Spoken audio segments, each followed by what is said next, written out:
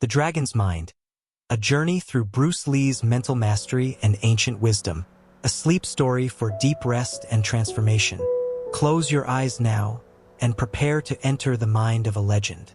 Tonight, you will discover the mental secrets that transformed a young boy from Hong Kong into an immortal icon who moved like water, thought like a sage, and lived with the intensity of 1,000 lifetimes compressed into 33 years.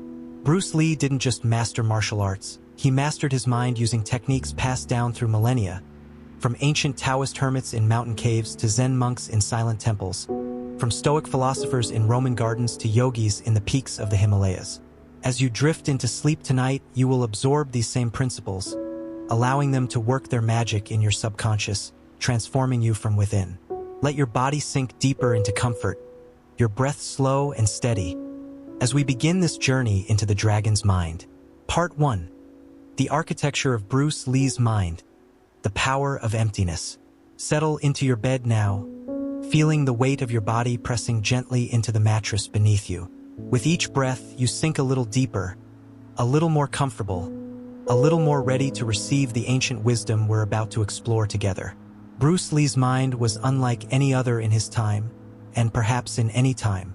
But it didn't start that way. He was not born with supernatural mental powers or innate enlightenment.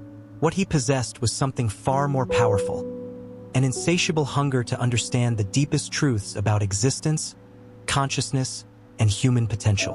And he found these truths not in modern psychology textbooks, but in the ancient wisdom traditions that had been refined over thousands of years.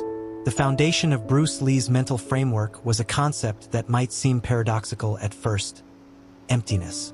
But not emptiness as we typically understand it in the Western world, not a void or absence or lack. The emptiness that Bruce Lee cultivated was the fertile emptiness described in the Tao Te Ching, written by the ancient Chinese sage Lao Tzu over 2,500 years ago. Imagine, if you will, a cup, a beautiful cup, ornate and decorative. But what makes the cup useful? Not the ceramic or the paint or the handle. What makes the cup useful is the empty space inside it. Without that emptiness, it cannot hold water, cannot fulfill its purpose. This is the emptiness Bruce Lee sought to cultivate in his mind. Be like water, he famously said, and water, in its essence, is emptiness made manifest. It has no fixed shape, no rigid form. It adapts, it flows, it fills whatever container it enters. When you pour water into a cup, it becomes the cup. When you pour it into a bottle, it becomes the bottle. When you pour it into a teapot, it becomes the teapot.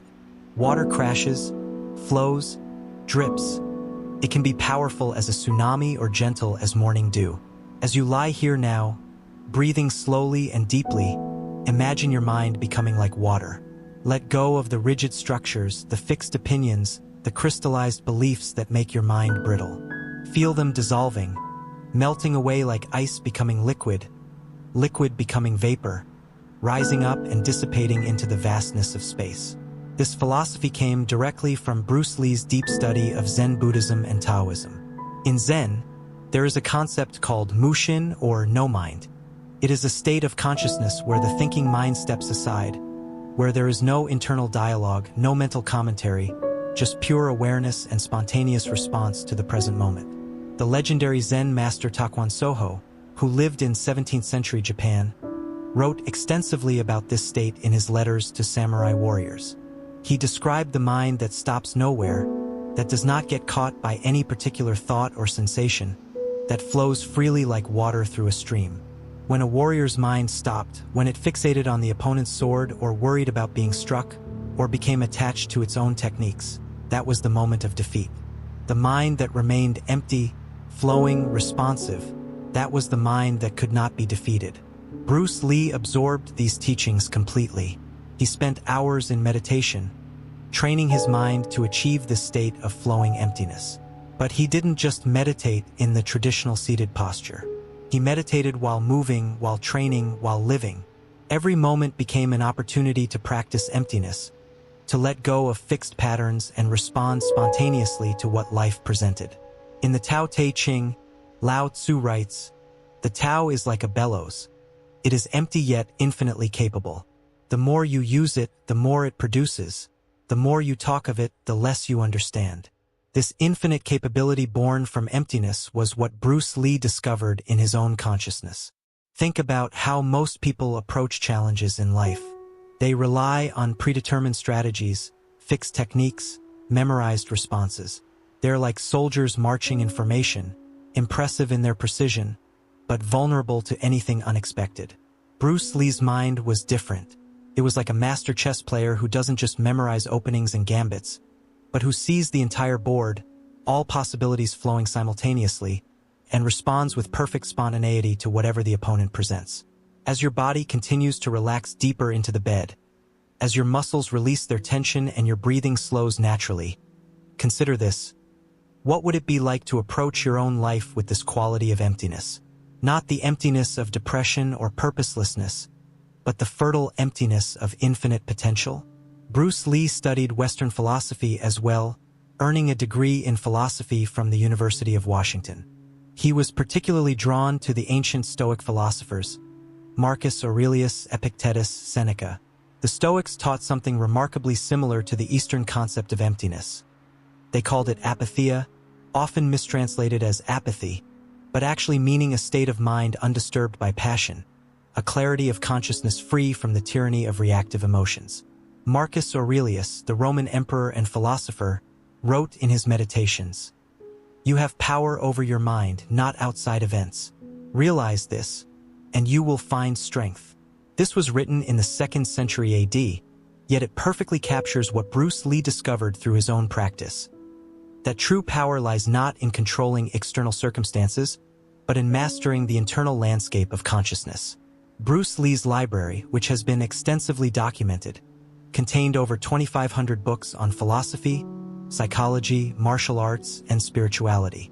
He was a voracious reader, constantly absorbing ideas, but he never became enslaved by any single system. He took what was useful, discarded what was useless, and added what was specifically his own. This itself was an expression of the empty mind, not empty of content, but empty of rigid attachment to any particular ideology or system. In his lap, perhaps in the cosmic mudra of Zen meditation, the right hand supporting the left, thumbs lightly touching to form an oval, the shape of emptiness, the shape of the universe itself. His breathing would be natural, unforced, not the deep, controlled breathing of pranayama exercises, but the spontaneous breathing that happens when you simply observe without interfering. The ancient Taoist text on meditation, The Secret of the Golden Flower, teaches, when breathing is steady, the mind is steady. When the mind is steady, breathing is steady. Bruce Lee understood this intimate connection between breath and consciousness. As he sat, thoughts would arise. This is natural, inevitable. The untrained meditator fights these thoughts, tries to suppress them, and creates more tension in the process. But Bruce Lee, trained in the way of emptiness, would simply let thoughts arise and pass, like clouds in the sky, like reflections on the surface of still water. He wouldn't grasp at pleasant thoughts or push away unpleasant ones. He would remain as the unchanging awareness in which all thoughts come and go.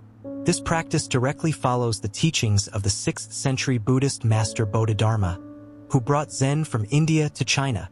Bodhidharma taught that meditation is not about achieving some special state, but about recognizing the nature of mind itself, that it is already pure, already free, already at peace, and all we need to do is stop obscuring this natural state with our conceptual elaborations and emotional reactions. Feel this yourself now, as you lie here on the edge of sleep. Notice how thoughts come and go on their own. You don't have to do anything about them. They're like visitors passing through a house. You don't have to entertain them, don't have to throw them out, don't have to do anything. Just let them pass through. And in the gaps between thoughts, notice the natural peace, the natural clarity that's always present. After his sitting meditation, Bruce Lee would move into dynamic meditation, his martial arts practice. But this wasn't just physical exercise. It was a moving meditation, each strike and block and kick performed with total awareness, with the empty mind of Mushin. The ancient samurai masters developed an entire martial art around this principle. They called it Kenzen Ichinyo, meaning the sword and Zen are one. When you practice any activity with total presence, with the empty mind, that activity becomes meditation. This is what the Bhagavad Gita, the ancient Indian text, calls karma yoga, the yoga of action. Lord Krishna teaches Arjuna, "You have a right to perform your prescribed duty, but you are not entitled to the fruits of action. Never consider yourself the cause of the results of your activities, and never be attached to not doing your duty." Bruce Lee performed his martial arts practice with this attitude. He wasn't training to become something. He was expressing what he already was. Each punch thrown with perfect commitment yet perfect detachment.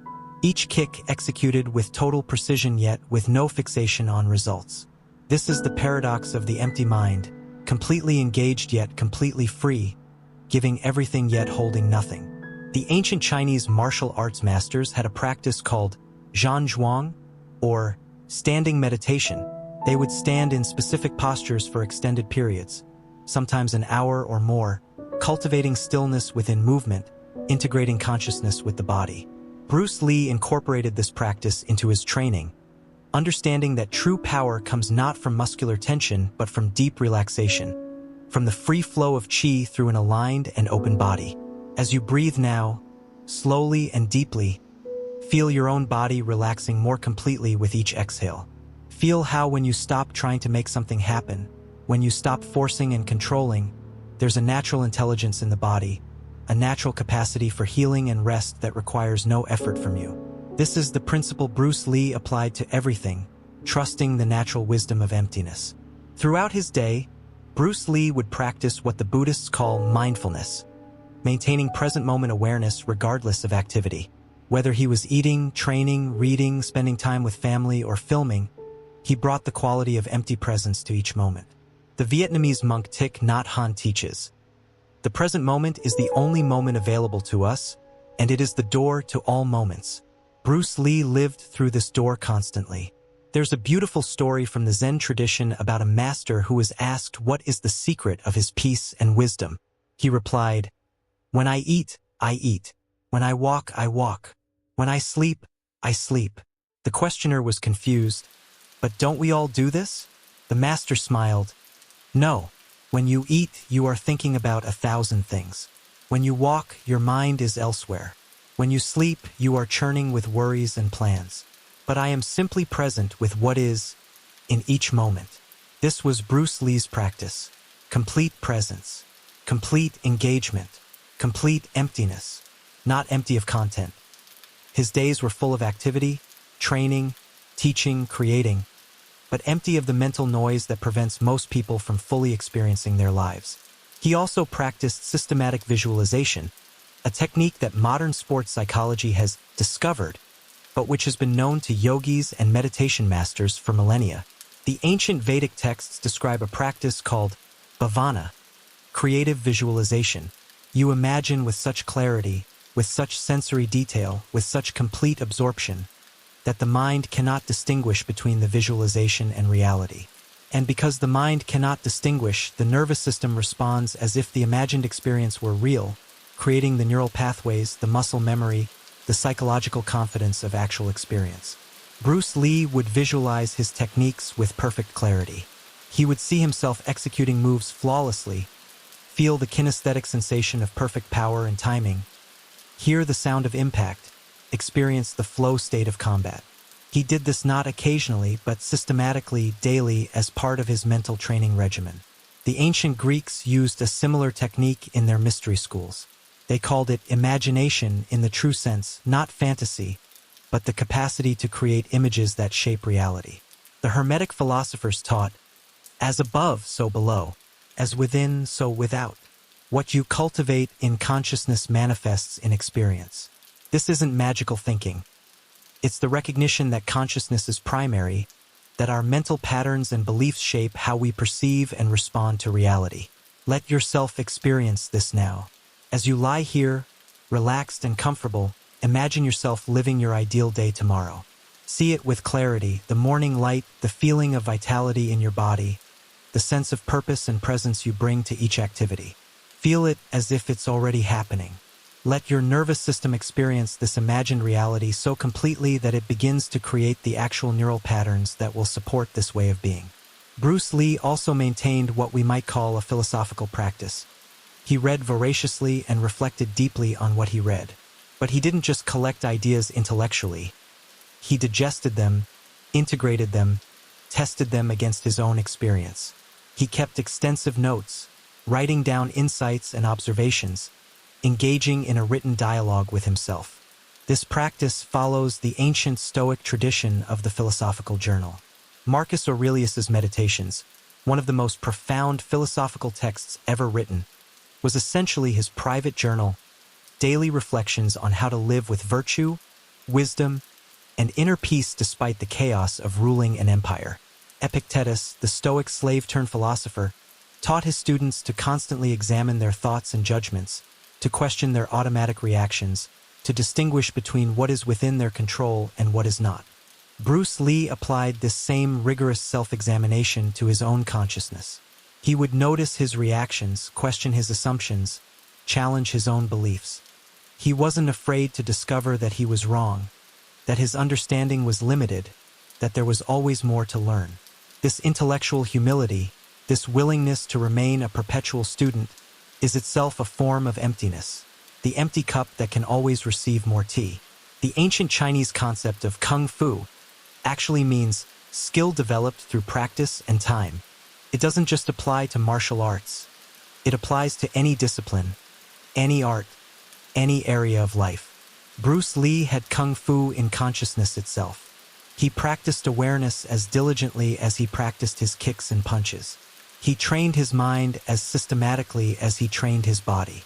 As the day would wind down, Bruce Lee wouldn't wind up with evening entertainment and distraction. He understood the importance of what yogis call the Sandhya times, the transitional periods of dawn and dusk, when the veils between consciousness states are thinnest, when meditation and reflection are most powerful. In the evening, he would again sit in meditation, reviewing the day without judgment, releasing any tensions or conflicts, returning to the empty state of natural peace. The ancient practice of examen from the Christian contemplative tradition follows the same pattern. A daily review of consciousness, noting where you were present and where you were lost, where you acted from your highest nature and where you fell into unconscious patterns, all done with compassion rather than harsh judgment. Bruce Lee would prepare for sleep as consciously as he prepared for his day. He understood that sleep is not unconsciousness but a different state of consciousness, and that how you enter sleep affects the quality of rest and the nature of dreams. He would let go of the day completely, releasing all concerns, all plans, all thoughts of tomorrow. The Tibetan Buddhist tradition has sophisticated practices for conscious sleep and dreaming, called dream yoga. While Bruce Lee may not have practiced these specific techniques, he embodied their spirit, bringing awareness into every state, not clinging to waking consciousness as the only valid reality, but exploring the full spectrum of consciousness with the same fearless curiosity he brought to martial arts. And now, following Bruce Lee's example, let yourself prepare for deep, restful sleep. Let go of the day that has passed. Whatever happened, whatever you did or didn't do, it's done now, complete. Let go of tomorrow. Whatever needs to happen will be there when you wake, and worrying about it now only disturbs your rest. Right here, right now, in this moment, you need do nothing, be nothing, achieve nothing. You can simply rest in the natural state of empty awareness. Let sleep come naturally. Let the body do its healing work. Let consciousness cycle through its necessary rhythms. This is the daily discipline Bruce Lee lived. Not rigid or forced, but natural and flowing. Like water following the path of least resistance, yet ultimately wearing away even the hardest stone. Through daily practice, through continuous return to emptiness and presence, he built a consciousness that was simultaneously relaxed and alert, peaceful and powerful, empty and full. Part 3. Mastery of Fear and Inner Peace. As you sink deeper into relaxation, your body heavy and comfortable, your breath flowing naturally like gentle waves on a shore, let's explore one of the most profound aspects of Bruce Lee's mental mastery, his relationship with fear. Most people spend their entire lives running from fear, trying to avoid it, deny it, numb it, or overcome it through force. Bruce Lee took an entirely different approach, one rooted in ancient wisdom traditions that understood fear not as an enemy to be defeated, but as a teacher to be embraced, an energy to be transformed. In one of his most famous quotes, Bruce Lee said, I fear not the man who has practiced 10,000 kicks once, but I fear the man who has practiced one kick 10,000 times. This isn't just about martial arts technique. It's a profound statement about fear itself. The man who practices 10,000 different kicks is running, searching, hoping to find the one technique that will finally make him safe. The man who practices one kick 10,000 times has gone beyond fear into mastery, into a depth of skill that comes only from confronting limitation and working with it rather than running from it. The ancient Stoic philosophers had a practice they called premeditatio malorum, the premeditation of evils. This sounds morbid to modern ears, but it was actually a sophisticated technique for developing inner peace and resilience. Marcus Aurelius would regularly contemplate loss, death, disaster, not to become paranoid or depressed, but to realize that these things are part of life's natural cycle, and that his peace of mind need not depend on external circumstances remaining favorable. Seneca wrote, "We suffer more in imagination than in reality." Most of our fear is about future possibilities that never actually occur. And even when difficulties do arise, we typically discover that we're more capable of handling them than our fearful fantasies suggested. By consciously contemplating potential difficulties while in a calm, centered state, the Stoics immunized themselves against reactive fear, developing what they called apatheia. Not the absence of feeling, but freedom from being controlled by emotion. Bruce Lee practiced something similar. Before fights, before film scenes, before any challenging situation, he would enter it in his mind first. He would visualize every possible outcome, including failure and injury. He would feel the fear fully, let it move through him like a wave, and then return to the empty center of his being, the place where fear arises and subsides like weather patterns in the sky of consciousness, but which remains itself untouched, unchanged, at peace. This approach comes directly from Buddhist meditation practices, particularly Vipassana or insight meditation. In Vipassana, you don't try to suppress unpleasant sensations or emotions. Instead, you observe them with equanimity, with a quality of awareness that notes, "This is fear arising. This is the physical sensation in the chest, the rapid heartbeat, the shallow breathing. This is the thought something bad might happen. This is all just phenomena arising in consciousness."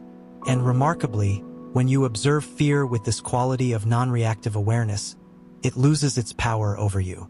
It's still there, you haven't suppressed it, but you're no longer identified with it, no longer controlled by it. The ancient Indian sage Patanjali, who codified the yoga system around 400 CE, taught about the kleshas, the afflictions or obstacles to liberation. One of these is abhinavesha, the fear of death, the clinging to life, the primal fear that underlies all other fears. Patanjali didn't teach to overcome this fear through force, but to see through it through discriminative awareness, recognizing what is permanent and what is temporary, what is essential and what is conditional. Bruce Lee confronted his own mortality directly. At age 32, he experienced a severe back injury that doctors said would prevent him from ever practicing martial arts again. For someone whose entire identity was wrapped up in physical mastery, this was a death of sorts, the death of who he thought he was. He spent 6 months in bed, unable to train, facing the abyss of losing everything that gave his life meaning. But instead of sinking into despair, Bruce Lee used this forced stillness as an opportunity for deep transformation. He read extensively, filling his mind with philosophy and wisdom. He reflected on the nature of identity. Who was he really, if not his physical abilities? He meditated on impermanence, on the Buddhist teaching that all conditioned things are in constant flux, that clinging to any fixed identity is the source of suffering. This parallels the story of the Buddha himself, who before his enlightenment was Prince Siddhartha, living in luxury, protected from all knowledge of suffering. But when he finally encountered sickness, old age, and death, he couldn't return to his former ignorance. He left the palace to discover the truth about existence, to find a peace that didn't depend on favorable circumstances, to understand suffering so deeply that he could be free from it. Feel this wisdom settling into your own consciousness now as you rest here. Notice any fears that may be present in the background of your awareness. Worries about tomorrow, concerns about relationships or work or health or finances. Instead of pushing these fears away or letting them spiral into anxiety, Simply observe them with gentle, compassionate awareness. See them as thoughts and sensations arising in the vast space of consciousness, like clouds passing through sky, like waves rising and falling in the ocean of awareness. Bruce Lee also understood fear from the perspective of energy. In traditional Chinese medicine and martial arts, fear is associated with the kidney meridian and with the downward movement of energy.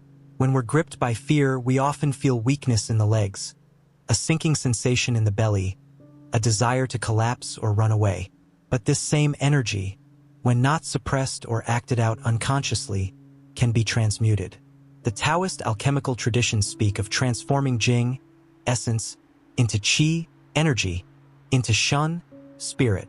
In psychological terms, this means taking the raw energy of emotion, including fear, and consciously channeling it into higher expressions. Fear's intensity, when not fragmented by resistance, becomes alertness, precision, the hyper-aware state that allows perfect response to threat. Bruce Lee would deliberately put himself in fear-inducing situations, difficult sparring sessions, public demonstrations, challenging film stunts. Not out of bravado or a need to prove himself, but as a practice, as a way of working with fear energy directly. Each time, he would breathe through the fear, relax into it, find the still center within the storm of activation. Over time, his nervous system learned that fear didn't require reactive behavior, that he could be fully present with fear's energy without being controlled by it. The samurai warriors of feudal Japan developed an entire culture around this principle. They practiced zazen, Zen meditation, to cultivate the immovable mind, what they called fudoshin. This wasn't a mind that didn't feel fear, but a mind that remained stable and functional even in the presence of mortal danger. The samurai lived with the constant possibility of death, and rather than deny this reality, they embraced it, letting it clarify their priorities, deepen their appreciation of each moment, strip away all pretense and superficiality. There's a famous samurai saying, "The way of the warrior is death." This doesn't mean seeking death, but rather dying before you die, dying to the ego, to the illusion of control, to all the psychological armor we build to protect ourselves from life's uncertainty. When you've already died psychologically, when you're no longer clinging to any fixed identity or outcome, fear loses its leverage. There's nothing left to threaten. Bruce Lee embodied this principle completely. His famous quote, "Don't think, feel," points to this same truth. Thinking is the domain of fear, the mind spinning scenarios, calculating risks, trying to control outcomes. Feeling is immediate, present, responsive. When you're fully in the felt sense of the present moment, there's no room for fear, which is always about the future, always about what might happen. Let yourself drop into pure feeling now. Not thinking about your body, but feeling it directly, the weight, the warmth, the subtle tingling of life force moving through tissues. Not thinking about breathing, but feeling breath, the coolness of air entering nostrils, the gentle expansion of the belly, the soft release of the exhale. When you're completely present in direct sensation, thought subsides, and with it, fear subsides. The ancient Greek Stoics had another technique for working with fear. They called it amor fati, love of fate. Marcus Aurelius wrote, "Accept whatever comes to you woven in the pattern of your destiny, for what could more aptly fit your needs?" This isn't passive resignation, but active acceptance, even love of reality as it is. When you stop fighting against life, stop demanding that it conform to your preferences, a profound peace emerges, the peace of alignment with what is. Bruce Lee expressed this through his water metaphor. "Be water, my friend." Water doesn't resist obstacles. It flows around them. It doesn't fight against the container. It takes its shape. Yet water is also powerful. It cuts through rock, moves mountains, sustains all life. This combination of complete adaptability and tremendous power comes from not resisting, from emptiness, from acceptance. In the Bhagavad Gita, Krishna teaches Arjuna about abhya, fearlessness. But this fearlessness doesn't come from being so strong or skilled that nothing can threaten you. It comes from realizing your true nature as consciousness itself, which cannot be hurt or destroyed, which witnesses all experience but is not touched by it. The body may be injured, the mind may experience pain, but the pure awareness that you fundamentally are remains unaffected. Like the screen on which a movie plays, the images may depict violence or peace, but the screen itself is unchanged. Bruce Lee touched this deeper identity through his meditation practice and philosophical study. He knew himself not just as a body, not just as a personality, but as the awareness in which all experience arises. This didn't make him reckless or uncaring about his physical safety, but it provided an unshakable foundation, a bedrock of peace that external circumstances couldn't disturb. As you continue to relax, sinking deeper towards sleep, feel into this truth yourself. Beneath all the thoughts and sensations, beneath all the changing content of experience, there is a constant, the awareness that knows all of this.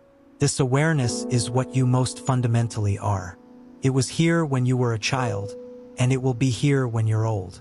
It's here in joy and in sorrow, in success and in failure, in health and in sickness.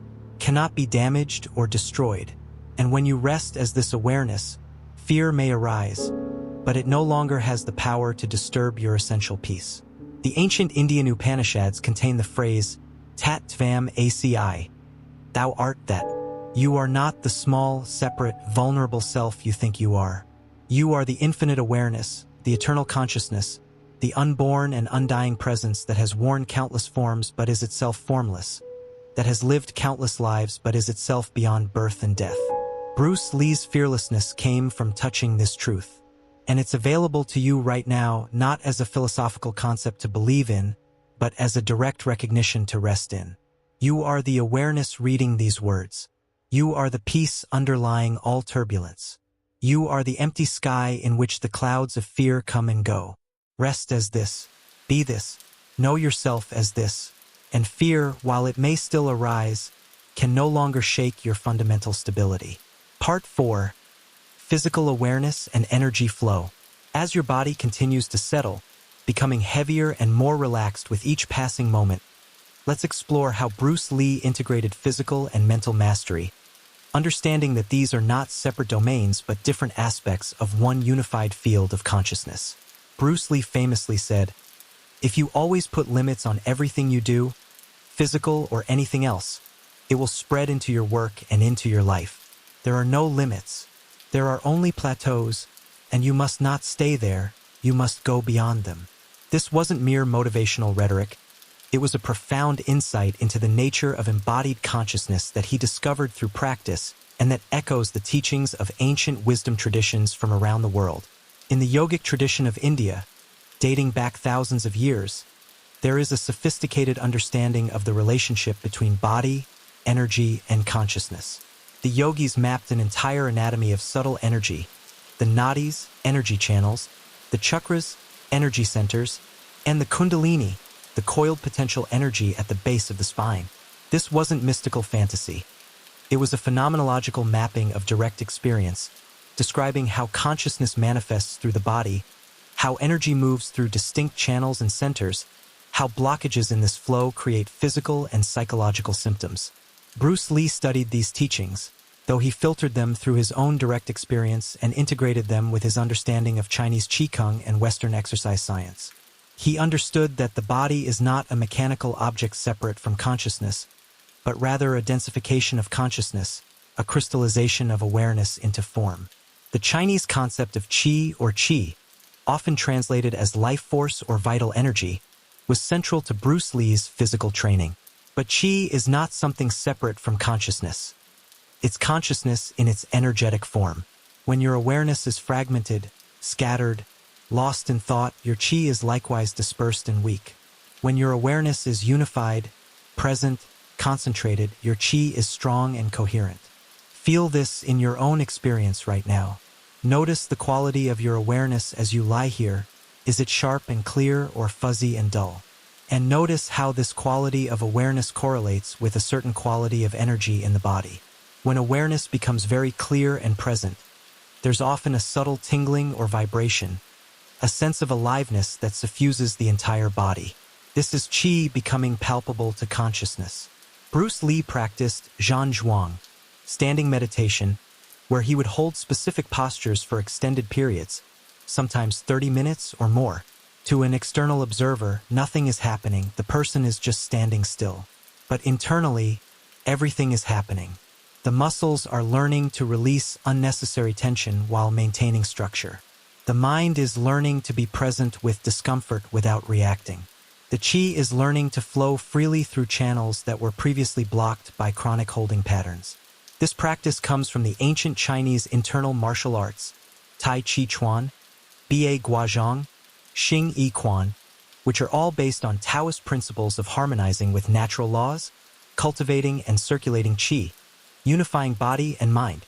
The Taoist alchemical traditions speak of the microcosmic orbit, a pathway of energy circulation through the body that, when opened through practice, creates health, vitality, and spiritual transformation.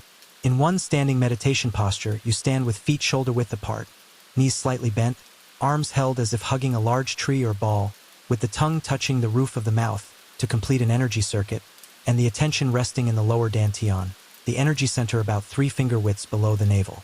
You breathe naturally, making no effort to control the breath, and simply observe the sensations in the body. At first, there is discomfort. The arms tire, the legs shake, the mind rebels against the stillness. But if you remain present, breathing through the discomfort without tensing against it, something remarkable happens. The discomfort transforms.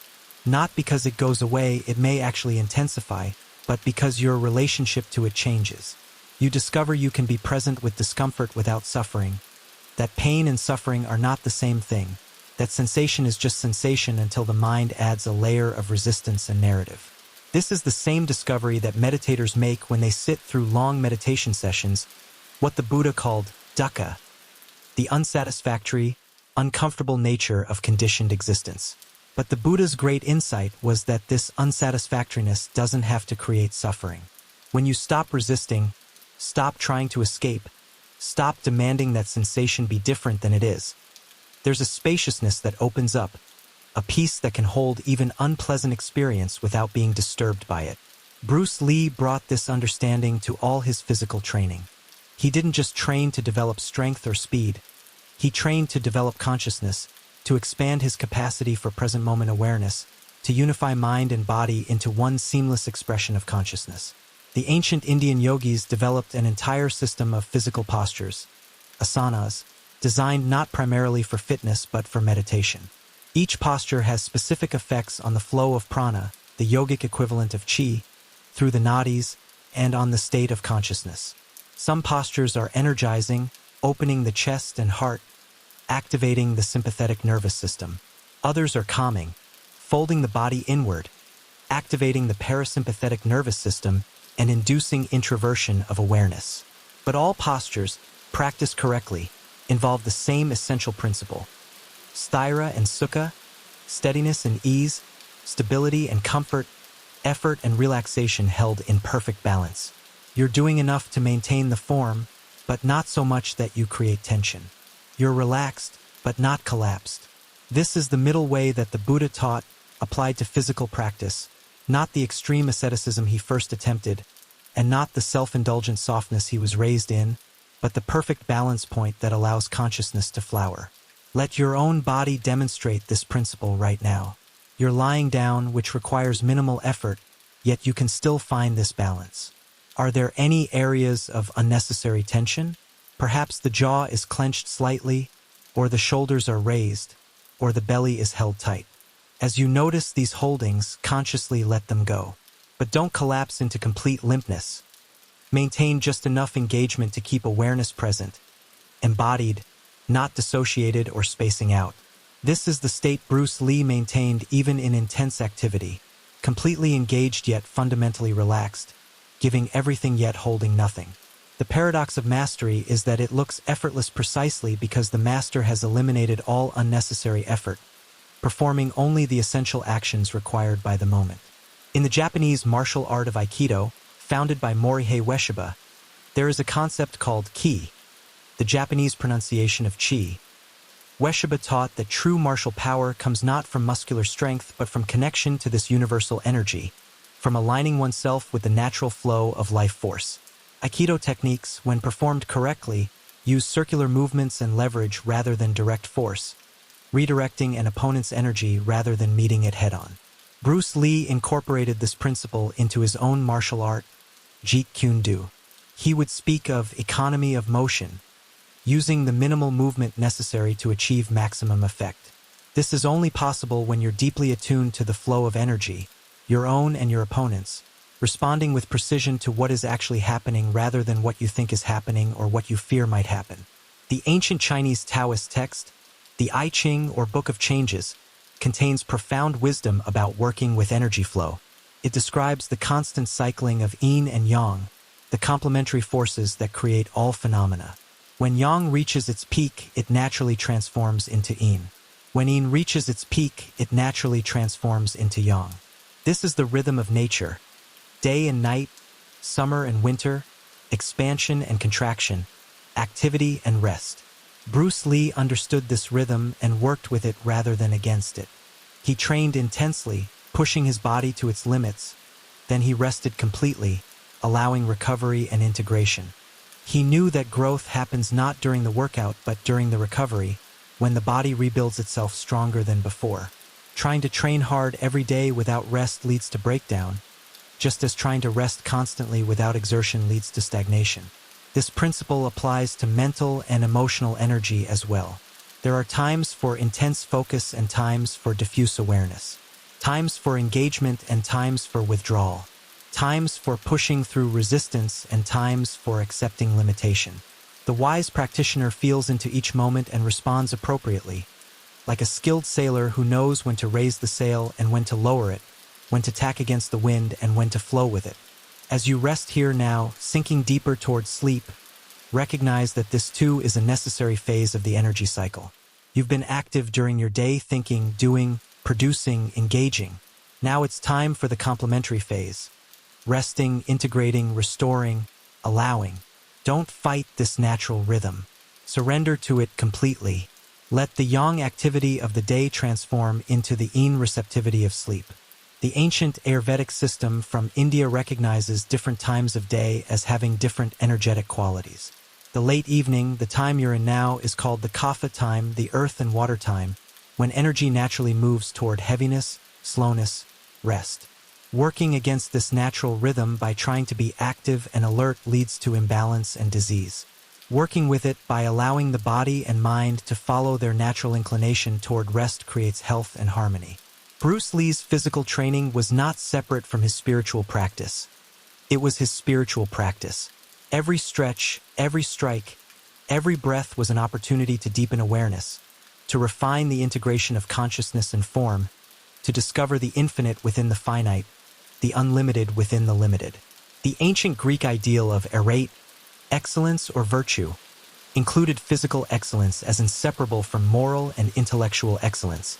The Olympics began as a religious festival, and athletic training was seen as a form of worship, a way of honoring the gods by perfecting the human form. This wasn't narcissism or body obsession.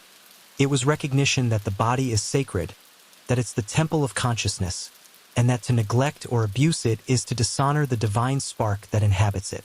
Feel the sacredness of your own body now, not judging it against some external standard, not criticizing its perceived flaws, but simply appreciating the miracle that it is, the billions of cells working in coordination, the heart beating without your conscious control, the breath flowing automatically, the nervous system processing vast amounts of information every second, the immune system protecting you from countless threats, the digestive system extracting nutrients from food, the endocrine system maintaining subtle chemical balances.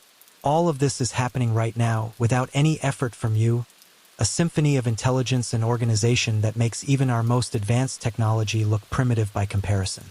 Bruce Lee honored this intelligence by training his body with awareness, by listening to its signals, by working with it rather than against it, by recognizing it not as a possession or a tool but as an expression of consciousness itself. The ancient Hermetic principle states, "As above, so below. As within, so without. What you cultivate in consciousness manifests in the body. What you cultivate in the body affects consciousness. They are not two separate things, but two aspects of one seamless whole." Bruce Lee's phenomenal physical abilities were not separate from his mental mastery. They were the natural expression of a unified consciousness, awareness fully embodied, the marriage of spirit and matter. As your awareness continues to soften, spreading out like water seeking its level, feel the boundary between inner and outer beginning to dissolve. Where does your body end and the environment begin? The air you breathe was outside a moment ago. Now it's inside. Soon it will be outside again. The food you ate became your body. The heat you generate dissipates into the room. You are not sealed off from the world. You are an open system, constantly exchanging matter and energy with everything around you. This recognition that we are not isolated, separate entities but dynamic processes embedded in a larger field was central to Bruce Lee's understanding. He didn't experience himself as a disconnected individual fighting against an hostile world. He experienced himself as an expression of the universe itself, the cosmos looking out through a particular pair of eyes, moving through a particular form, but fundamentally one with the whole. Rest in this knowing now. You are not just your body. You are not contained by your skin. You are the awareness that knows the body, that pervades it and extends beyond it, that was never born and will never die, that is the silent witness to all experience. Let your identification with the limited form relax and recognize your true nature as limitless consciousness, temporarily expressing through this particular body-mind, but not limited to it, not defined by it. Part 5. The wisdom of simplicity and directness. As you drift in that peaceful space between waking and sleeping, your body completely at rest, your mind quiet and open, let's explore one of Bruce Lee's most profound teachings, the wisdom of simplicity and directness that led him to create his own martial art, Jeet Kune Do, and that has applications far beyond fighting. Absorb what is useful, discard what is useless, and add what is specifically your own. This was Bruce Lee's essential teaching, expressed in different ways throughout his life. It sounds simple, almost too simple, but like all profound truths, it contains depths that only reveal themselves through contemplation and practice. The path that led Bruce Lee to this understanding was itself a path of simplification. He began his martial arts training in the traditional way, learning Wing Chun Kung Fu under the legendary master Ip Man in Hong Kong.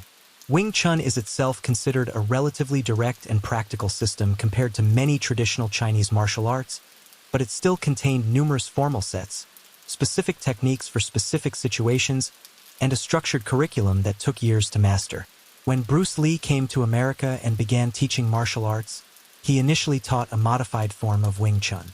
But as he engaged with fighters from other styles, boxing, karate, judo, wrestling, he began to notice something troubling. Many of the traditional techniques, while beautiful and theoretically effective, didn't work well in actual fighting situations. They were too rigid, too dependent on the opponent responding in predicted ways, too encumbered with unnecessary movements. This realization echoes the ancient Zen Buddhist concept of mushitoku, non-gaining, or letting go of the desire for achievement. The traditional martial arts systems, with their elaborate curricula and ranking systems, were built on accumulation, learning more techniques, earning more belts, progressing through more levels. But Bruce Lee began to suspect that true mastery might lie not in accumulation but in elimination, not in adding more but in stripping away until only the essential remains. The ancient Taoist sage Lao Tzu wrote in the Tao Te Ching, "In the pursuit of learning, every day something is added. In the pursuit of the Tao, every day something is dropped." This is the paradox of spiritual development. It's not about becoming something you're not, but about removing the obstacles to what you already are. It's not about gaining new abilities, but about discovering the natural abilities that are always present when you stop interfering with them. Bruce Lee began a process of radical simplification. He studied every martial art he could: boxing, fencing, judo, savate, wrestling, not to collect techniques but to distill principles. He would ask, what makes this effective? What is the core principle that allows this to work? And can that principle be expressed even more simply, even more directly? This process of distillation is similar to what the ancient Greek philosopher Plato described in his theory of forms. Beneath the infinite variety of specific instances lies a smaller number of essential patterns or forms. 1,000 different kicks might all be expressions of a few underlying principles related to timing, distance, body mechanics, and energy transfer. Master the principles, and you can generate infinite variations spontaneously. Memorize only techniques, and you're limited to your repertoire. Let this principle settle into your awareness as you rest here. Consider your own life. How much complexity have you accumulated? How many techniques for living, how many strategies for different situations, how many rules and guidelines and procedures? What would remain if you stripped all of that away and asked, what are the core principles? What is essential? What is just cultural conditioning, received wisdom, accumulated habit? Bruce Lee's process of simplification led him to create Jeet Kune Do, which he described not as a style but as the style of no style, not as a system but as a liberation from systems. The name itself means the way of the intercepting fist, the idea of hitting the opponent while they're preparing to hit you, attacking their preparation, being always one step ahead through superior timing and perception rather than superior technique. But Jeet Kune Do is really a philosophy applicable to all of life, not just fighting. It's about responding directly and spontaneously to what is, rather than filtering everything through predetermined patterns. It's about being like water, taking the shape of the container, flowing around obstacles, always finding the path of least resistance that is simultaneously the path of greatest effectiveness. The ancient Stoic philosopher Epictetus taught a similar principle of simplicity. He said that we should distinguish between what is within our control and what is not, and focus all our energy on what we can actually affect. Most people waste enormous energy worrying about things they cannot control. Other people's opinions, external events, the past, the future, while neglecting the one thing they can control: their own thoughts and responses in the present moment. This is radical simplification. Instead of trying to manage and control everything in your life, you focus on the one point where you actually have power, your own consciousness in this moment. This doesn't mean you don't plan or prepare or act to improve circumstances. It means you do these things from a place of centeredness and clarity rather than anxiety and grasping. Bruce Lee expressed this through his famous quote, "Be like water, my friend." Water is the ultimate expression of simplicity. It has no technique, no style, no strategy. It simply responds to gravity, to containers, to obstacles, always finding the lowest point, always flowing, never forcing. Yet water is tremendously powerful. It carved the Grand Canyon. It covers most of the Earth's surface. It is essential to all life. Feel yourself becoming like water now as you rest. Let go of all the complex strategies for how to fall asleep, how to relax, how to be. Just allow it. Just flow with what is. Your body knows how to sleep. You've done it thousands of times. You don't need a technique. You just need to stop interfering with the natural process. This principle of non-interference, of not adding unnecessary complexity, appears in many wisdom traditions. In Zen, there is the practice of shikantaza, just sitting. Not sitting to achieve anything, not sitting to become enlightened, not sitting to gain some special experience. Just sitting. The complete simplicity of presence, without agenda, without striving, without the complexity of spiritual ambition. The Chinese Taoist master Chuang Tzu told a story about a master butcher who could cut up an ox so skillfully that his blade never dulled, even after 19 years. When asked his secret, he said he didn't cut through joints. He found the spaces between them, letting the knife slide through without resistance. He worked with the natural structure rather than forcing. This is the art of simplicity, seeing clearly, responding precisely, using minimal effort to achieve maximum effect. Bruce Lee applied this principle to every aspect of his life, not just martial arts. In his acting, he brought a natural, unaffected quality that was revolutionary for martial arts films at the time. Where other actors relied on exaggerated expressions and poses, Bruce Lee moved with authentic precision, reacted with genuine emotion. His simplicity made everything he did more powerful, more believable, more compelling. In his teaching, he didn't create a complex system with hundreds of techniques and forms. He taught principles and encouraged students to discover their own expression of those principles. He would say, "I'm not teaching you a style. I'm showing you a way to understand yourself." This is the ultimate simplification, not giving someone a map to memorize, but teaching them how to navigate, how to read the territory directly. The ancient Indian sage Nisargadatta Maharaj, a tobacco seller who became a renowned spiritual teacher, taught a radical simplification of spiritual practice. He said, "Focus on I am, the sense of existing prior to all thoughts about what you are. Stay with this simple sense of being, and everything else will become clear. Instead of elaborate spiritual practices, instead of complex philosophies, just the simple recognition of your own existence, the bare fact of awareness before it identifies with any content.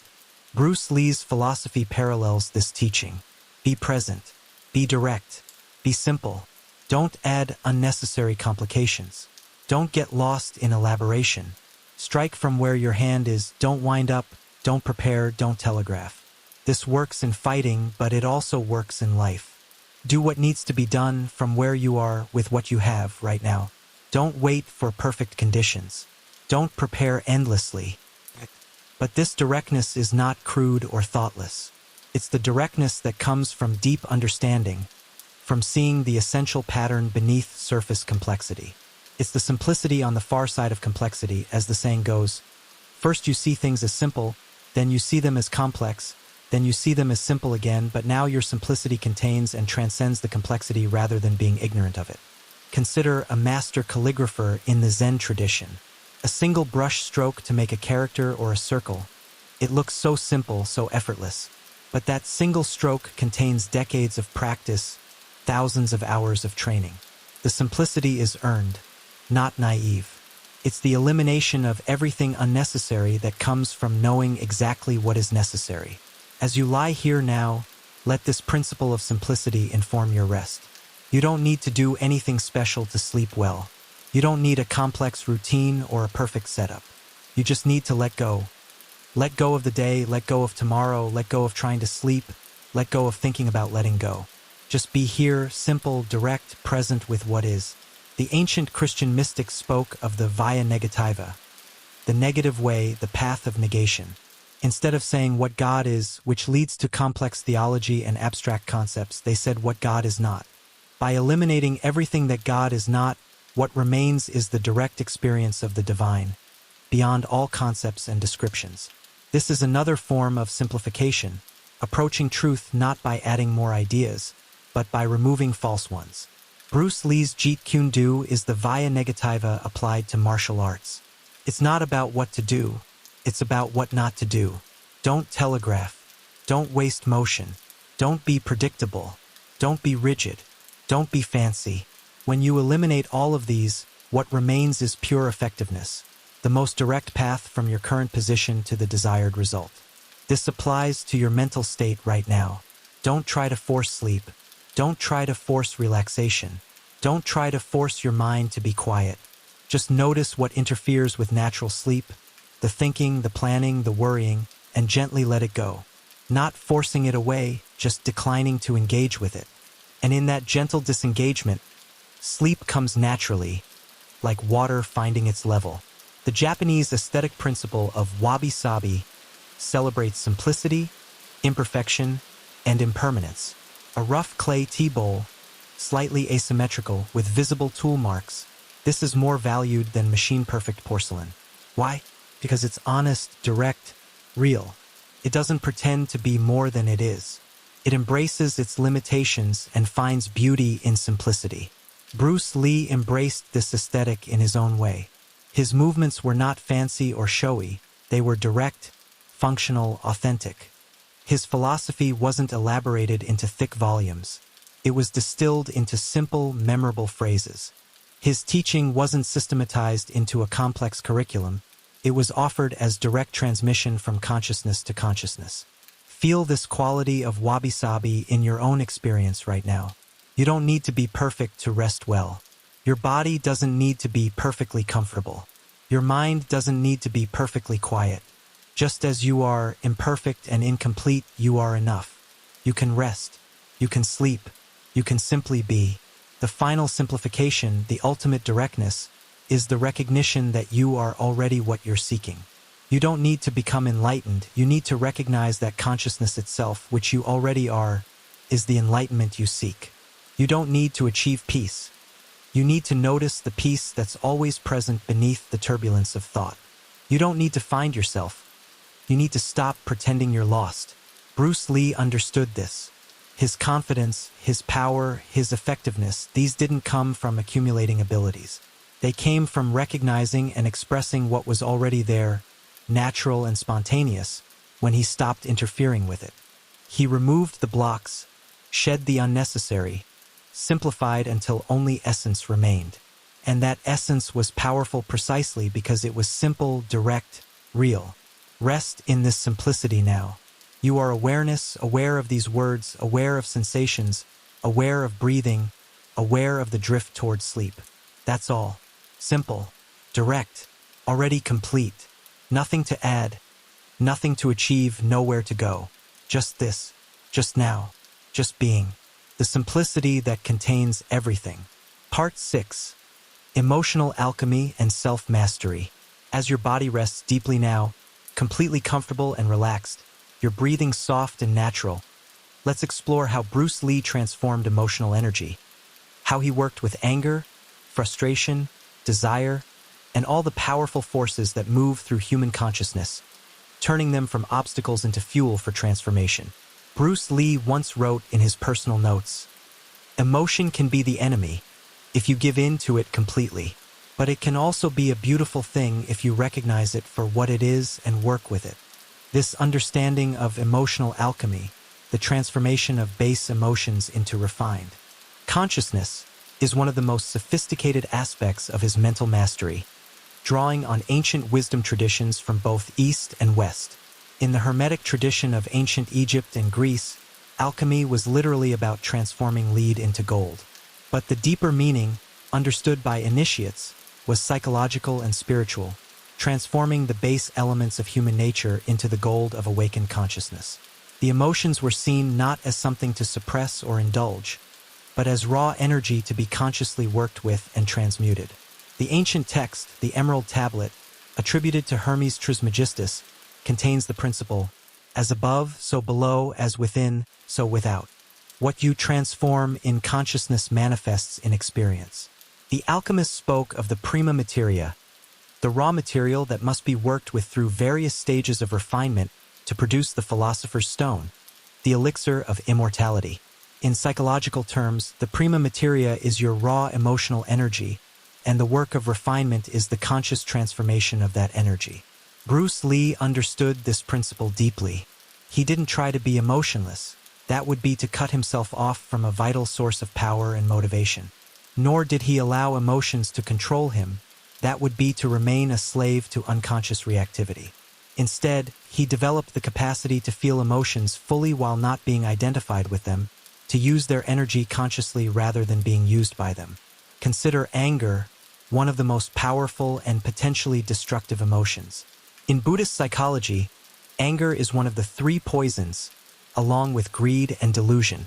It's seen as a fundamental obstacle to liberation because it clouds judgment, creates suffering for self and others, and perpetuates cycles of reactivity and karma. But the Tibetan Buddhist tradition, particularly the Vajrayana path, teaches something nuanced about anger. The energy of anger, the heat, the intensity, the force is not inherently negative. It's the wisdom of mirror-like clarity that has become distorted.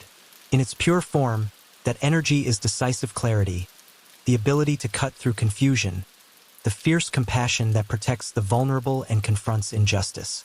The practice is not to suppress anger or act it out blindly, but to recognize it as energy arising in consciousness, feel it fully without acting on it reactively, and let it transform naturally. The heat of anger, when not channeled into destructive words or actions, becomes the warmth of compassionate engagement. The force of anger becomes the power of decisive action. The fire that would burn becomes the fire that illuminates. Feel into your own emotional landscape as you rest here. Perhaps there are residues of emotions from your day. Frustration about something that didn't go as planned, irritation with someone, disappointment about an outcome. Instead of pushing these feelings away or dwelling on them, just acknowledge them with simple presence. There is frustration. There is sadness. There is anxiety. Not, "I am frustrated" or "I am sad." That's identification, getting lost in the emotion. Just, this is present now. Bruce Lee developed this capacity through his meditation practice and his martial arts training. In sparring, emotions would arise, the fear before engagement, the anger when struck, the pride when succeeding, the shame when failing. Each of these emotions, if indulged, would interfere with performance. Fear makes you defensive and reactive. Anger makes you reckless and telegraphs your intentions. Pride makes you overconfident and careless. Shame makes you tentative and hesitant. But Bruce Lee learned to observe these emotions arising, acknowledge them, and return to empty presence, the clear, responsive awareness that can perceive and act without the distortion of emotional reactivity. The fear would come, he would feel the adrenaline, the quickening heartbeat, and he would breathe, relax, let the energy flow through rather than creating resistance. The anger would arise, he would feel the heat, the contraction, and he would observe it, let it move through, return to clarity. This is the practice that the Stoic philosophers called prosok, attention, mindfulness, constant self-observation. Marcus Aurelius would constantly remind himself, "You have power over your mind, not outside events. Realize this, and you will find strength." He wasn't denying that external events can be difficult or that emotions naturally arise in response to them. He was pointing to the freedom that comes from not adding unnecessary suffering through reactive interpretation and emotional identification. The ancient Buddhist practice of mindfulness of emotions involves noting when an emotion arises, recognizing what type of emotion it is, observing where it manifests in the body, noticing the thoughts that accompany it, and watching it change and eventually pass away. This practice doesn't suppress emotion, it brings full conscious attention to emotion, which paradoxically allows it to move through and transform rather than getting stuck in repetitive loops. Bruce Lee experienced intense emotions throughout his life. He faced racism in America, criticism from traditional martial artists in China who thought he was betraying secrets by teaching foreigners, physical injury that threatened to end his career, frustration with the film industry that tried to limit his artistic vision, and the pressure of fame and high expectations. He could have been consumed by bitterness, anger, resentment, or pride. Instead, he used these emotional energies as fuel for his transformation and achievement. When he was told that traditional Chinese martial artists wouldn't accept his teaching methods, instead of giving up or fighting defensively, he channeled that energy into refining his approach, into proving through effectiveness rather than arguing through words, into creating something new that transcended the old disputes. When he suffered his back injury, instead of sinking into depression, he used the forced stillness as an opportunity for deep study and reflection that ultimately made his philosophy more sophisticated and complete. This is emotional alchemy, taking the base metal of reactive emotion and transforming it into the gold of conscious energy. It's not about pretending difficult emotions don't arise. It's about changing your relationship to them, about becoming the alchemical vessel in which transformation happens rather than the volatile substance that gets tossed around by every reaction. The ancient Taoist practice of inner smile meditation involves directing a gentle, accepting, loving awareness toward each organ and part of the body, including and especially toward uncomfortable sensations and emotions. When you meet anger with anger, it intensifies. When you meet fear with fear, it multiplies. But when you meet any emotion with spacious, accepting awareness, what the Buddhists call metta or loving kindness, it softens, opens, reveals its deeper nature. Try this now with any emotion or sensation present in your experience. Maybe there's a tension in the shoulders. Instead of trying to force relaxation, smile inwardly toward the tension, accepting it completely. Maybe there's a worry thought about tomorrow. Instead of trying to push it away, smile toward the worry, acknowledging it gently. This accepting attitude itself is transformative. What we resist persists. What we accept and allow begins to shift. Bruce Lee studied Western psychology as well as Eastern philosophy. He was particularly interested in the work of Carl Jung, the Swiss psychiatrist who wrote about the shadow, the rejected, repressed parts of the psyche that nonetheless exert powerful unconscious influence on behavior. Jung taught that we cannot truly integrate the shadow by trying to eliminate it, only by bringing conscious awareness to it, by acknowledging and accepting even our darker impulses and emotions. This parallels the Tantric Buddhist teaching that you cannot reach enlightenment by rejecting the impure aspects of existence. The path is not transcendence through rejection, but transformation through integration. Everything, including the emotions, the body, desire, anger, all of it, is raw material for awakening when worked with consciously. Nothing needs to be thrown away. Everything can be included in the path. Bruce Lee's presence on screen was magnetic partly because of his emotional authenticity. He didn't suppress his intensity, he channeled it, expressed it consciously rather than unconsciously. His anger on screen wasn't blind rage.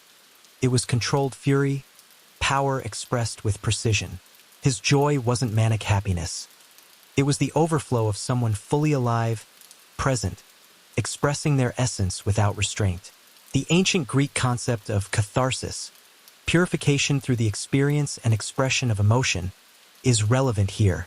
The Greek tragedies were designed to evoke powerful emotions in the audience, which were then released, creating a sense of psychological cleansing. Bruce Lee's films function similarly for viewers.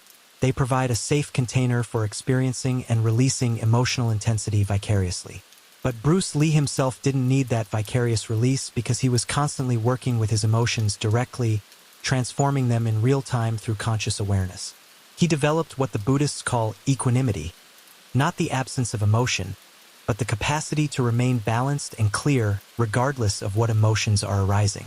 Like a great tree that bends in the wind but is not uprooted, consciousness can experience all emotions without being destabilized by them. Let yourself rest in this equanimity now. Whatever emotions have moved through you today, excitement, boredom, pleasure, pain, satisfaction, frustration, they've all come and gone like weather patterns. They weren't you, they moved through you. And the you that they moved through, the awareness that witnessed them all, remains constant, unchanged, at peace. Rest as this witnessing awareness, spacious enough to contain all experience without being disturbed by it. The ancient Stoic practice of negative visualization involves imagining losing what you value, relationships, possessions, abilities, life itself, not to become depressed, but to cultivate gratitude for what you have now and to prepare yourself emotionally so that if loss does occur, you're not shattered by it. This is sophisticated emotional work, consciously engaging with difficult emotions in imagination so that you're not blindsided by them in reality. Bruce Lee practiced something similar, frequently contemplating his own mortality, imagining worst-case scenarios, preparing himself mentally and emotionally for difficulties. This didn't make him anxious. It made him resilient, grateful, and intensely alive. When you've fully accepted that loss is inevitable, that difficulty will arise, that even your own death is certain, you're free to live completely in each moment without the background anxiety that comes from trying to maintain an impossible permanence. The Buddhist practice of Tonglen, sending and receiving, involves breathing in the suffering of yourself and others, and breathing out compassion and relief. This seems counterintuitive. Why would you intentionally take in suffering?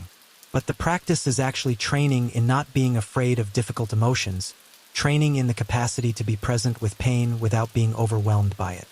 It's building the emotional strength to be a clear, stable presence in the midst of life's inevitable difficulties. Bruce Lee had this capacity. People who knew him speak of his ability to be fully present with others, to listen deeply, to engage authentically. This is only possible when you're not running from your own emotions, not so defended that you can't afford to feel fully. When you've done the inner work of emotional alchemy, you become a safe harbor for others, a clear mirror in which they can see themselves without distortion. As sleep draws nearer, as your consciousness begins its nightly journey into dream and deep rest, let this teaching on emotional alchemy settle into your being. You don't need to be in perfect emotional control. You don't need to never feel difficult emotions. You just need to develop the capacity to be present with whatever arises, to meet emotion with spacious awareness rather than reactive identification, to trust that all emotional energy, when allowed to move through consciousness without suppression or acting out, will naturally transform and integrate. This is the wisdom of the ancient alchemists, expressed through Bruce Lee's life and teaching, that everything can be worked with, that nothing is wasted, that the very obstacles become the path when approached with the right understanding. Lead becomes gold, fear becomes courage, anger becomes clarity, desire becomes motivation. Everything transmutes when placed in the crucible of conscious awareness and allowed to transform in the fire of presence. Rest now in the gold of awakened consciousness that was always here, always yours, just waiting for you to stop resisting, to stop running, to stop pretending to be less than you are. The dragon's fire burns away all impurities, and what remains is the gold that was always there, hidden in the lead, waiting to be discovered. Part 7. The Mind-Body Unity. In this deep place of rest where you now find yourself, your body completely relaxed, your mind quiet and open, let's explore one of the most profound aspects of Bruce Lee's wisdom, his understanding and embodiment of mind-body unity, the recognition that these are not two separate things, but one seamless expression of consciousness. Western culture has been deeply influenced by the Cartesian split, the philosopher René Descartes' proposition that mind and body are fundamentally different substances, the thinking mind somehow separate from the mechanical body. This conceptual division has shaped Western medicine, psychology, education, and even how we experience ourselves. We speak of having a body as if we are somehow separate from it, ghosts in the machine. But the ancient wisdom traditions never made this division. In Sanskrit, there is no word equivalent to the English mind that exists separately from the body. The closest term is chit, which encompasses the totality of consciousness, thoughts, emotions, perceptions, memories, all arising within a unified field of awareness that includes the body. The yogis spoke of different koshas or sheaths, the physical, energetic, mental, intuitive, and bliss bodies. But these were understood as interpenetrating layers of one reality, not separate entities. Bruce Lee discovered this unity not through philosophy but through direct experience. In the heat of combat, there is no time for the thinking mind to process information, make decisions, and send commands to the body. The gap between thought and action must collapse completely. The body-mind must function as one integrated system, responding instantly, spontaneously, with the entirety of its being. This is what the Japanese martial artists call Shinji Tai Ichi. Spirit, technique, and body is one. When these three aspects are unified, action becomes effortless and supremely effective. When they're divided, when the spirit is willing but the body is weak, or when technique is present but spirit is lacking, or when body is strong but technique is poor, performance suffers. But when all three come together in perfect unity, something magical happens. The whole becomes greater than the sum of its parts. Feel into your own body-mind unity now as you rest here. Notice that you don't actually experience mind and body as separate things. You experience sensations, and simultaneously the awareness of sensations. You experience thoughts, and simultaneously the awareness of thoughts. But the thoughts themselves often have a physical component. You might hear an internal voice, see internal images, feel emotional textures. And the physical sensations often have a mental component. You interpret them, tell stories about them, relate them to memories and expectations. What if there is only one thing here, consciousness expressing itself through different modalities? What if the division between mind and body is a conceptual overlay rather than an actual division in experience? What if Bruce Lee's power came from living from this recognition, from this preconceptual unity that doesn't divide itself into separate parts? The ancient Taoist concept of Xian is relevant here. It's sometimes translated as heart-mind, recognizing that what we in the West separate into thinking and feeling, cognition and emotion, is actually one integrated function. The heart thinks and the brain feels in traditional Chinese medicine. They're not separate systems, but one unified consciousness expressing through different centers and organs. Bruce Lee trained this unity deliberately. His physical training was not just about building muscle or developing techniques in isolation. Every exercise, every drill, every movement was done with complete mental presence. He didn't just do push-ups. He felt every fiber of muscle engaging, observed his breath, maintained awareness of his whole body, visualized the energy flowing through him. The exercise became meditation, and the meditation became exercise. There was no division. This approach comes from the internal martial arts of China, Tai Chi Chuan, Bie Guozhong, Xing Yi Quan. In these arts, every movement is performed slowly at first, with complete awareness of every detail, the weight distribution, the spiraling of the joints, the breathing, the mental focus, the flow of qi. Over time, with thousands of repetitions done with this quality of total presence, the movement pattern becomes encoded not just in muscle memory but in consciousness itself. The distinction between doing and being dissolves. You don't perform the technique, you become it. Let this principle inform your rest now. You're not trying to make your body sleep while your mind watches. You're allowing the unified body-mind to naturally return to the state of rest that it cycles through every night. There's no separation, no part of you observing another part, no controller trying to control what happens. Just the natural intelligence of the unified organism moving through its necessary rhythms. The ancient Greek physician Galen, who lived in the 2nd century CE, understood that health requires the proper balance and integration of body and mind. Disease arises when these become dissociated, when the body is pushed beyond its limits by mental demands, or when the mind is dulled by physical neglect. The Greek ideal of a sound mind in a sound body, mens sana in corpore sano, wasn't about building both separately, but about recognizing that they're interdependent, that you cannot truly have one without the other. Bruce Lee embodied this integration completely. His physical fitness supported his mental clarity, the cardiovascular training delivered oxygen to his brain, the strength training built confidence, the flexibility training prevented the rigidity that often comes with aging, both physical and mental. And his mental training supported his physical abilities. The meditation created the neural coherence that allowed precise motor control. The visualization built the pathways for movement before the body even moved. The emotional mastery prevented the tension and fear that interfere with performance. Modern neuroscience has confirmed what the ancient wisdom traditions always knew, that the brain doesn't just send commands to a passive body, but that the body constantly sends information to the brain that shapes perception, thought, and emotion. Your posture affects your mood. Your breathing pattern affects your mental state. The tension or relaxation in your muscles influences your thoughts. It's not one-directional. It's a continuous feedback loop, a dance of mutual influence between what we artificially separate as mind and body.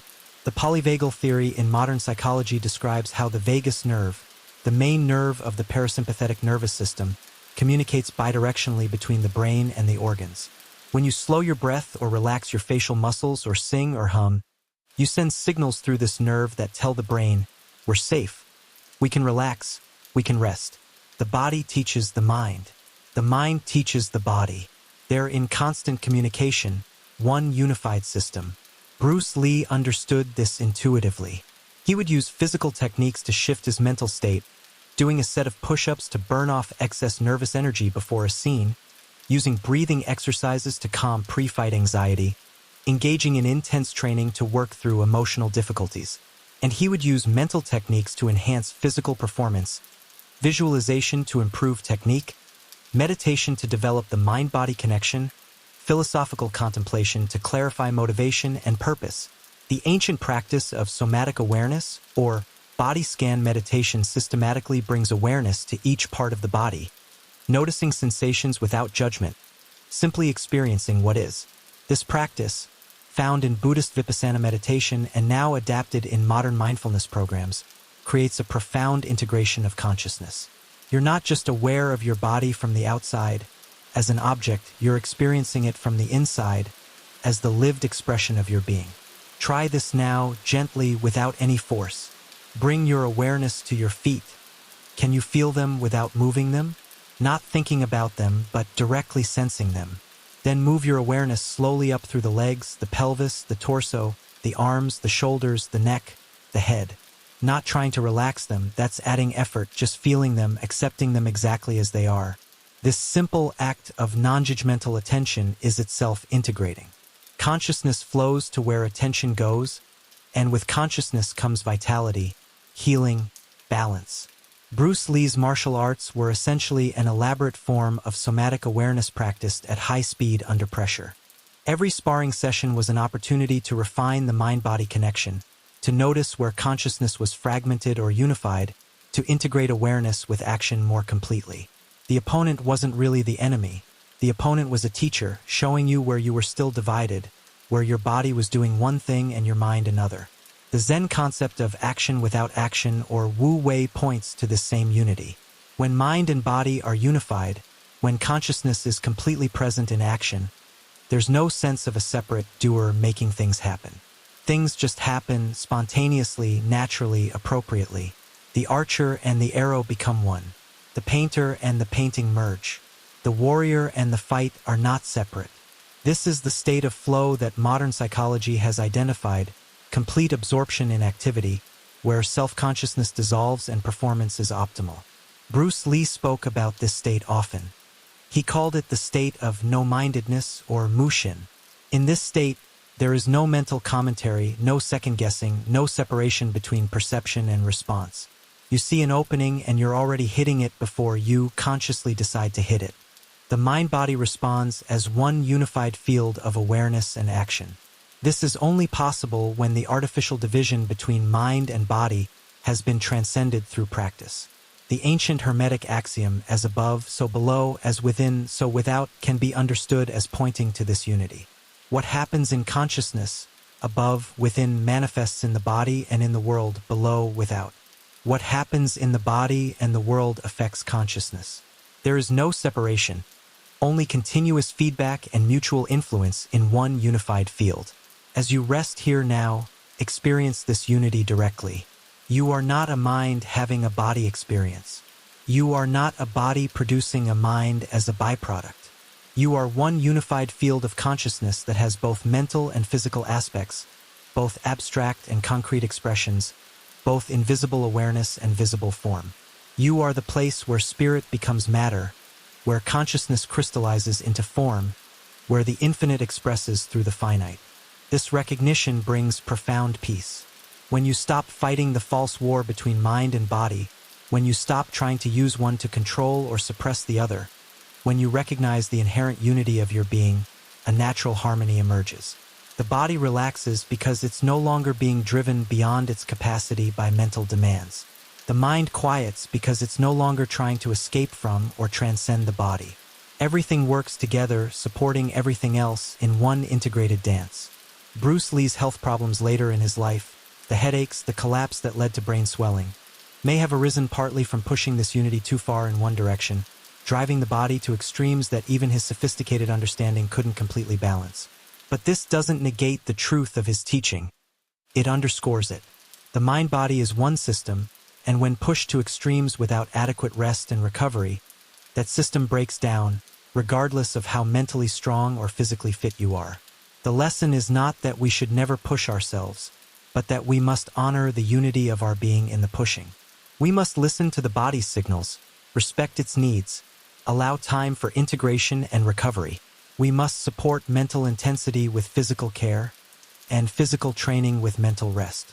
The unity goes both ways. You can't have a strong mind without caring for the body, and you can't have a healthy body without addressing the mind.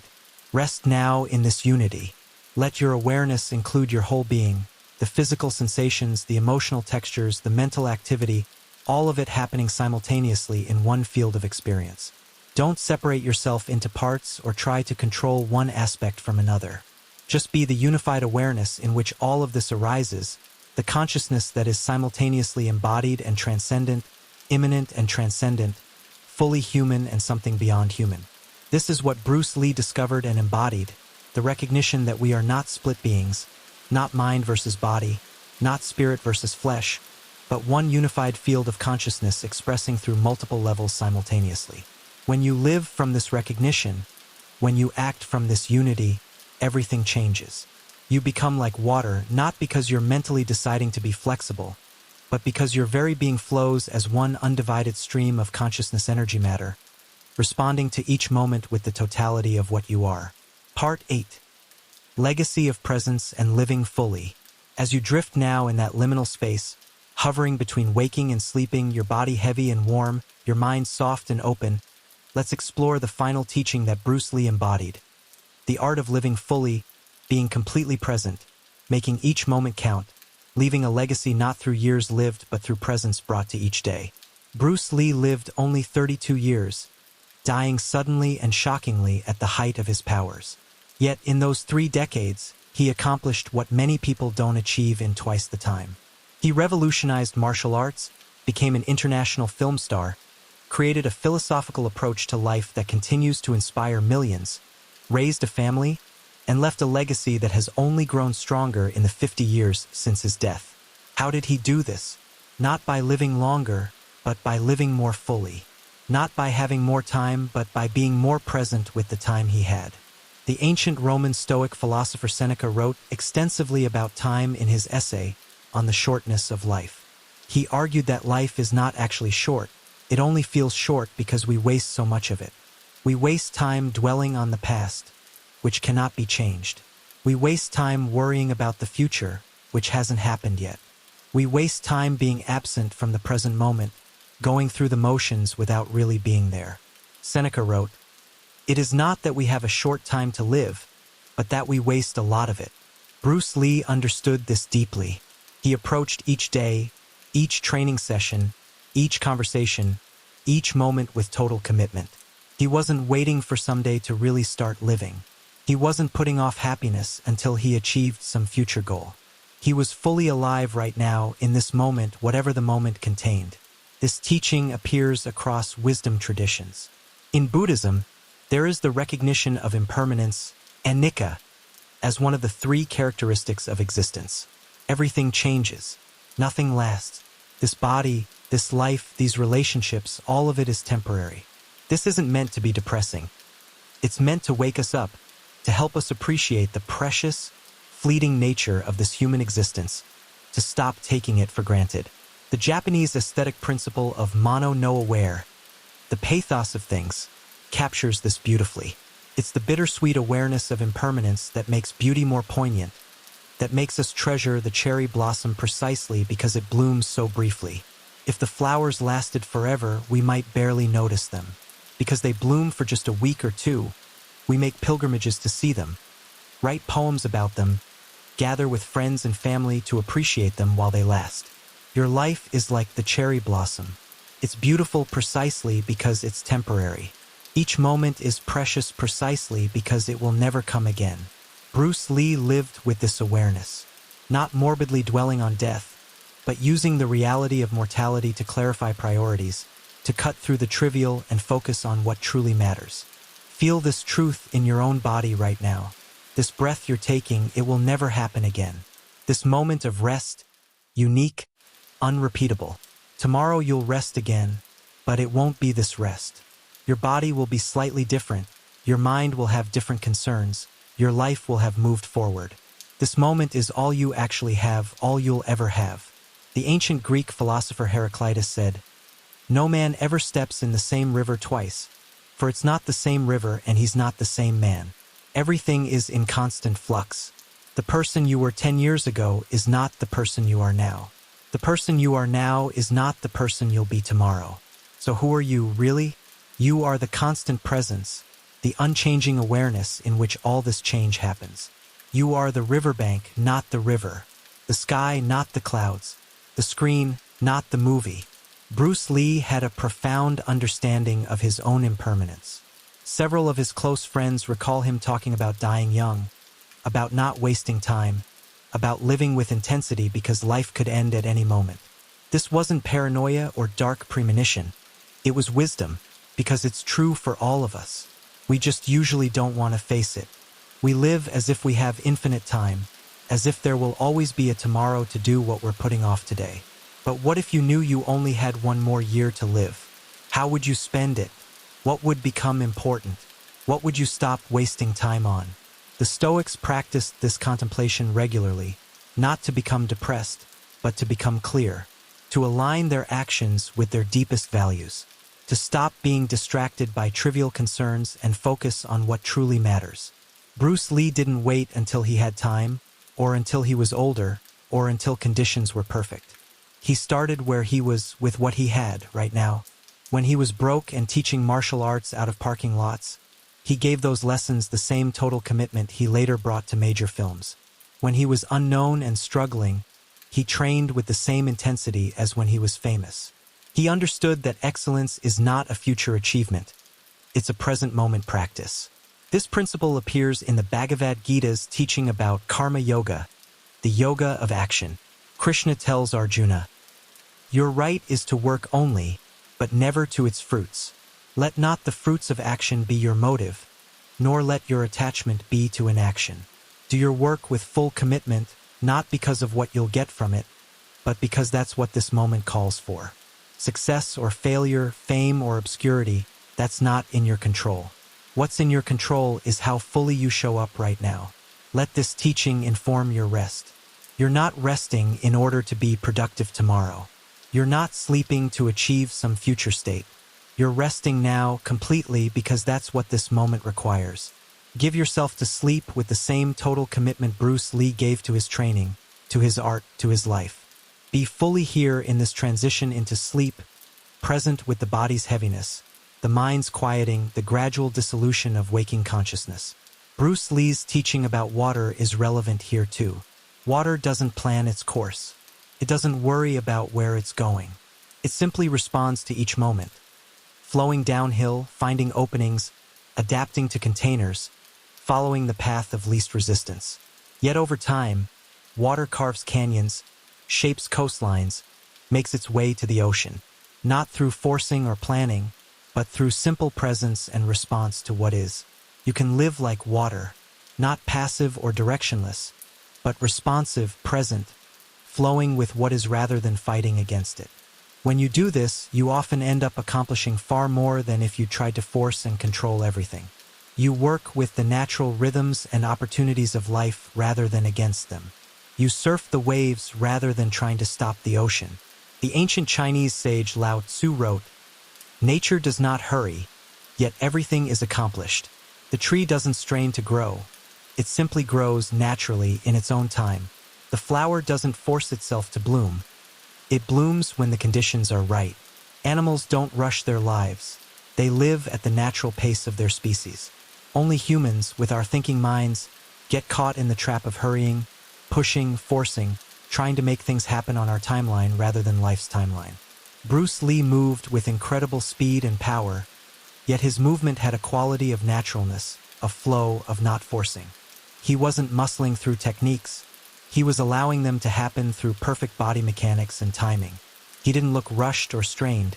He looked like water flowing, like a whip cracking, like a principle of physics expressing itself through human form. This is the paradox of presence. When you stop rushing ahead mentally, when you're completely here now, you're actually more effective, more efficient, more powerful. Because all your energy is gathered in this moment rather than being scattered across past regrets and future worries. You're not divided, you're unified, whole, fully present with the totality of your being. Feel this gathering of energy in yourself now. All the parts of you that were scattered throughout the day, worrying, planning, remembering, imagining. Let them all return home to this moment. Let yourself be completely here, completely now. Not going anywhere, not becoming anything, just being fully present with what is in this body, in this bed, in this moment of rest. Bruce Lee's legacy teaches us that it's not about how long you live, but how fully you live.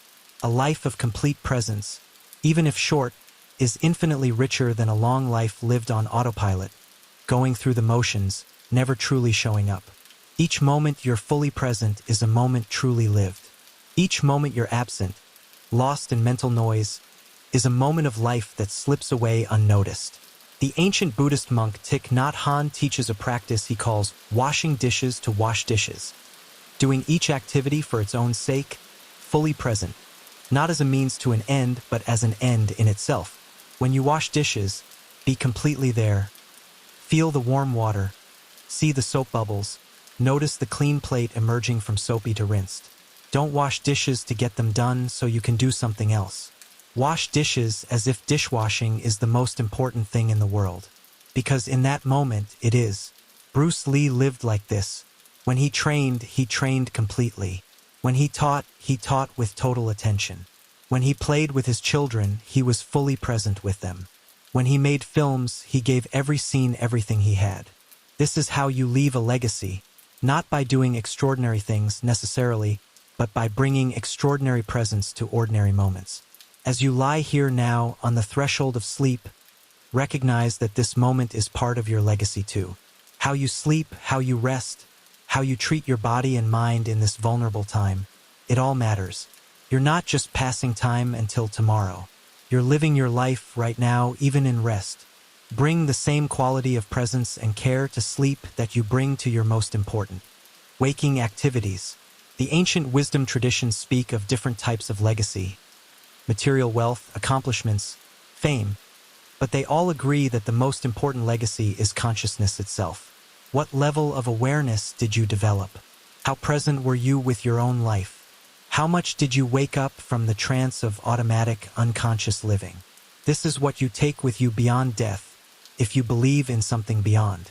And even if you don't, it's still what makes the difference between a life well lived and a life merely survived. Bruce Lee's physical legacy. The films, the books, the schools and students, these are wonderful.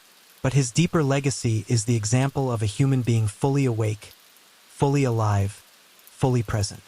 His legacy is the possibility he demonstrates that we don't have to accept the default settings, that we can question everything, that we can refine ourselves, that we can be both human and somehow transcendent, both limited and unlimited, both mortal and touching immortality through the quality of presence we bring to our mortality.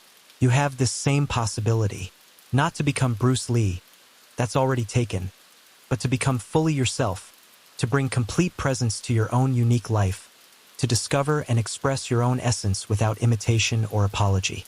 This is the ultimate teaching. Be like water, not by imitating water, but by discovering the principle that water demonstrates and expressing it through your own form, your own life, your own way. Rest now in this knowing. Your life, exactly as it is the perfect vehicle for awakening. Not someday when things are better or different.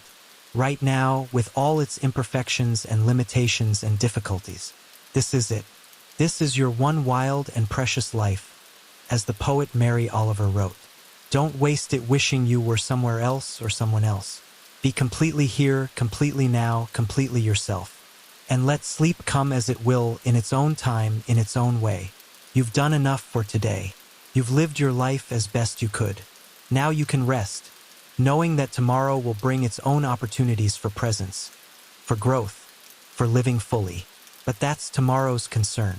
Tonight, there is only this, the softness of darkness, the comfort of stillness, the peace of letting go, the natural wisdom of the body returning to sleep, consciousness cycling through its necessary rhythms, the universe breathing you as you breathe the universe. Closing journey into sleep. And now, dear friend, as we come to the end of this journey through Bruce Lee's mind and the ancient wisdom traditions that informed it, let yourself drift completely into rest. You've absorbed these teachings not just intellectually, but deeply into your unconscious, where they will continue to work while you sleep, integrating and transforming you from within. Feel your body one last time. Completely relaxed now, heavy and comfortable, supported by the bed beneath you. Every muscle soft, every joint loose, every organ functioning perfectly without your conscious attention. Your breath flowing naturally, like gentle waves on a shore, carrying you deeper and deeper into rest with each exhale. Your mind is quiet now, thoughts fewer and more distant, like birds flying across a vast sky. You can notice them if you want, but you don't need to. They don't disturb your peace. They just come and go in the spacious awareness that you are. Be like water, Bruce Lee said, and you are like water now, formless, flowing, taking the shape of sleep, adapting perfectly to this moment, offering no resistance, completely natural, completely at peace. All the teachings we've explored tonight, the emptiness, the simplicity, the presence, the mind-body unity, the emotional alchemy, the fearlessness, they're not separate techniques you need to remember and practice. They're all expressions of one thing, the natural state of consciousness when it stops interfering with itself, when it stops grasping and resisting, when it simply is. And that's what you're doing now, simply being. Not trying to sleep, but allowing sleep. Not trying to be peaceful, but recognizing the peace that's always here. Not trying to be enlightened, but resting in the awareness that needs no enlightenment because it was never obscured, never lost, never separate from what it seeks. The dragon's mind is your mind, not in some mystical, magical sense, but in the simple recognition that beneath all conditioning, all learning, all personality, there is a clear, open, naturally wise awareness that is your essential nature. This awareness was present when Bruce Lee walked the earth, and it's present now as you rest here. It will be present tomorrow when you wake. It's always present because it's what you most fundamentally are. Let go now of any remaining tension, any holding, any sense that there's something you should be doing or thinking or being. You are already complete. You are already whole. You are already at peace. Just let yourself know this, feel this, be this. The night surrounds you, holding you safely. The darkness is not empty. It's full of peace, full of potential, full of the fertile emptiness from which all things arise and to which all things return. Let yourself merge with this darkness, dissolve into it, become one with it. Your breathing is so soft now, so natural, requiring no attention at all. Let it breathe itself. Let your body care for itself. Let sleep come in its own time, in its own way. You don't need to make it happen. It will happen naturally, as it has thousands of times before, as it will thousands of times again. And if thoughts arise, let them. If you're still somewhat awake, that's okay. There's nowhere you need to get to, nothing you need to achieve. Even just resting here, even just lying still with eyes closed, your body and mind are recovering, integrating, healing. You don't have to be perfectly asleep to benefit from rest. Be like water, soft, flowing, natural, peaceful, powerful in your softness, complete in your emptiness, peace with what is. The dragon's mind rests now as you rest. The ancient wisdom settles into your being, becoming part of you, not as knowledge but as recognition, not as something learned but as something remembered, not as something external but as your own deepest nature revealing itself. Sleep now, dear friend. Sleep deeply. Sleep peacefully. Let the night do its healing work.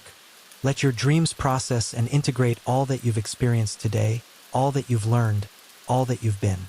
And know that when you wake tomorrow, you wake as Bruce Lee awakened each morning. Not to become something you're not, but to express what you already are, to live fully, to be present completely, to flow like water through whatever the day brings, empty and full, soft and powerful, nothing and everything, completely human and somehow transcendent, completely yourself. Sleep now. Just sleep. Let go. Rest. Be. The dragon sleeps, and the universe breathes on.